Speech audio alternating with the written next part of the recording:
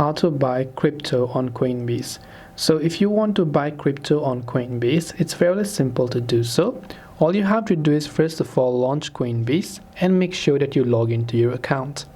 After you log in, tap on the buy and sell button that you can see from the home page. When you tap on it, you can see the first option that says buy crypto with cash. So I can tap on buy crypto with cash button.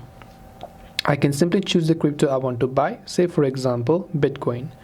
Now for that, first of all, I must make sure that I have verified my identity. So if you haven't done so, you can tap on the verify info button right here, follow the on-screen instructions to verify your Coinbase identity, and after you've done that, you should be able to link up with your payment methods and go ahead and then basically buy crypto on Coinbase. I hope this video helped you. If you have got any questions, feel free to leave them down in the comments below. As always, thank you for watching till the very end, and see you soon in our next video.